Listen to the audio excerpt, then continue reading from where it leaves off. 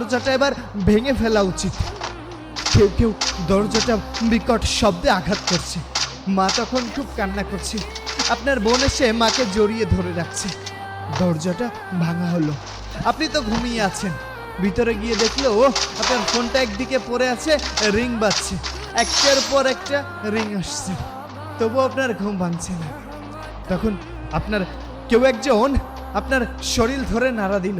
নাড়া দিয়ে সে চমকে উঠলো, থমকে গিয়ে বসে পড়লো। মা এবার চিৎকার করে গিয়ে আপনার কাছে গিয়ে বসলো।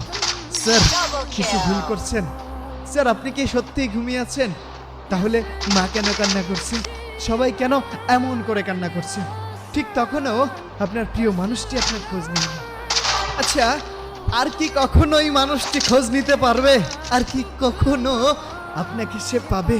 আচ্ছা স্যার, তারপর সব পাড়া প্রতিবেশী ব্যস্ত হয়ে গেল আপনার জীবনের শেষ গোসলের কার্যক্রমে। স্যার, আপনি তখন সব কিছুই দেখছেন, অনুভব করছেন। আপনি মায়ের পাশে গিয়ে বসলেন, মাকে বললেন, মা তুমি কেন কান্না করছো?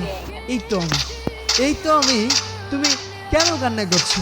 কিন্তু আপনার হাত তখন হাওয়ায় ভেসে যাচ্ছে, কিন্তু মা কান্না করেই যাচ্ছে। ঠিক সেই সময় আপনার প্রিয় মানুষটির কল আসলো আপনার ফোনে।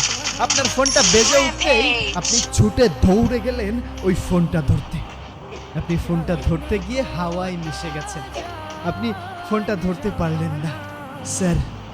স্যার কেন পারলেন না?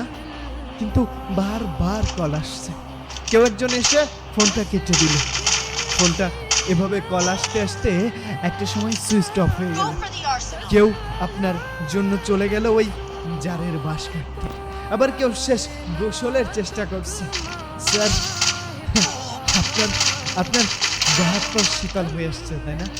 কথাগুলো শুনে আপনি হারিয়ে যাচ্ছেন। একটু ফিল করুন, সবাই আপনাকে শেষবারের মতো দেখতে আসছে। আপনি ঘুমিয়ে আসছেন চিরনিদ্রায়। আপনার প্রিয় মানুষটি আপনার ফোনটা সুইচ অফ পাচ্ছে। সবাই যখন আপনাকে শেষ নিদ্রায় সহিত করে এসে বসে আসলো, তখন আপনার ফোনে কল আসছে। কেউ একজন আপনার কলটা রিসিভ করলো। কলটা রিসিভ করে বলল, আপনি কাকে চান?